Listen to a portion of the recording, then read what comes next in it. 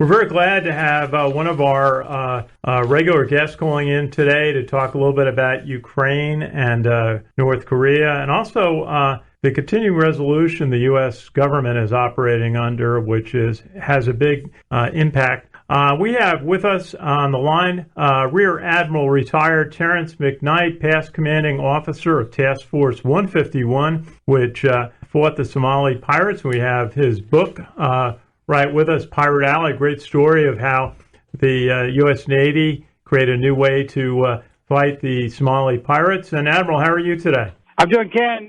I'm doing great, and it's always good to get on your show, and wishing Happy New Year to all your listeners. Well, we appreciate that, and appreciate your service in the United States Navy, and wanted to get your thinking on what's happening in Ukraine. Jack was just outlining it for our listeners.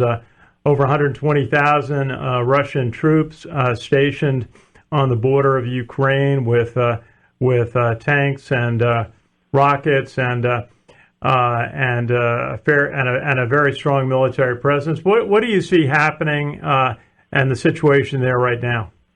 Well, it's a great question, and I think if anybody knows the answer, I think they're probably guessing.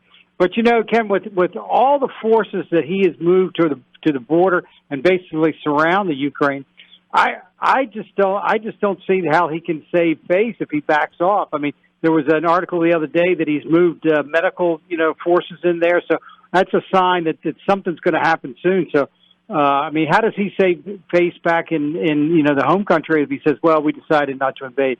He's got a lot of forces there, and it's a very tense situation, and I know that there was a discussion at the UN today, and of course everybody's saying, well, just calm down. But when you amass that number of forces, in that region, that's pretty significant. So I think something's going to happen, and it's probably going to happen pretty soon. So I would say, get your pen and paper out ready, for this is going to be a mark in history. Yeah, the New York Times did a story last week analyzing the Russian military and how much it has modernized over the last 10 years or so, in terms of adding 1,000 new planes, tanks, and rockets. And what was very interesting is that they have some capability to jam drones and other intelligence equipment. What's your analysis of how the Russian military has improved? Well, after the Cold War, it kind of just went into the rust bucket there. But they, like you said, they've improved dramatically in the last few years.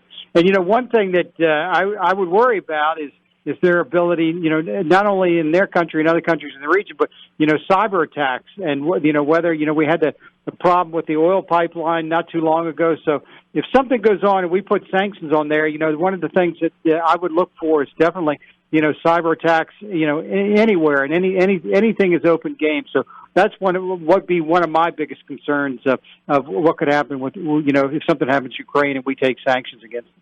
Yeah, no, I've heard that there have been cyber attacks already, and it always seems to be jousting back and forth with Russia and China on cyber. And the U.S. Under the Biden administration has 8,500 troops ready, and there is talk of moving U.S. troops and other NATO troops into some of the NATO allied countries that border Ukraine on the eastern side of the eastern flank, as they call it, in NATO. What do you see as far as the U.S. military response at this point? Well, 8,500 troops facing 120,000. The numbers are not in our favor.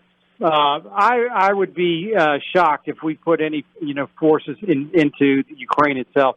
We've been sending them weapons and supplies, but I doubt very seriously, Ken, that we will actually put forces in the Ukraine. And unfortunately, I don't think NATO is in a position to do that either. It's just I think that would trigger a major war situation in not only in the Europe, the continent, but in Asia, everywhere. It would just be a real mess. So I think they're there as a symbol that we're protecting our other allies, but I do not think that we will put forces in the country of Ukraine.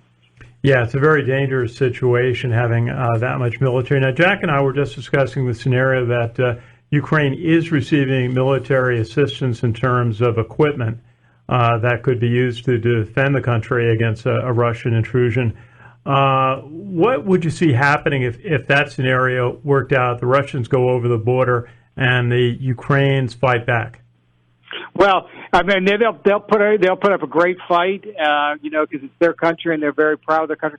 But they just don't have the manpower and the capability. I would say they inflict some damage, but it'd be like a blitzkrieg. We used to see, back in in the late 1930s, what happened with the Germans going across Europe.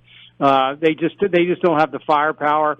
And I think that quickly the Russian forces could move as far into the Ukraine as they wanted, because they just they'll, like I said, they'll fight and then they'll do some damage to them, but they just don't have the manpower to take on the Russian military. Now, meanwhile, yesterday the North Koreans launched another missile test, this time with intermediate range missiles, which are more powerful than some that they've launched. They seem to continue this. What is your sense of the danger of just these missile tests flying over North Korea? Could reach South Korea. Japan is not far away. Oh, it's a very it's another dangerous situation in the world. Like you said, I mean these can reach some of our greatest allies in that region. The drop of a hat, this guy could just target, or have a one that just doesn't, land where in the ocean like they want to. So, I mean, we've tried for years to work with, the other countries that are supplying the North Korea this technology, but with little success. And as long as we let him fire these missiles, he's going to continue to do it. And you're the commanding officer of the amphibious assault ship USS Kearsarge before leading a U.S. task force in the Indian Ocean. What is your sense of how the U.S. Navy is responding in the Pacific by increasing numbers of ships and presence?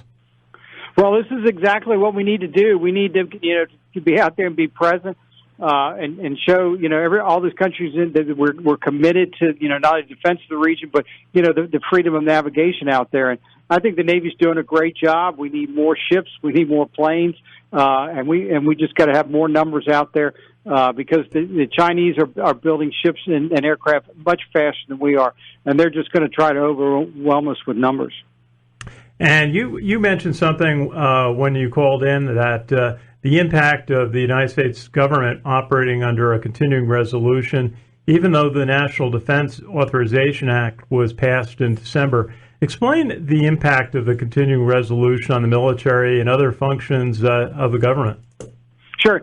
So basically the U.S. government is operating on last year's funding. We're not funded this year, and we're all the fiscal year starts 1 October.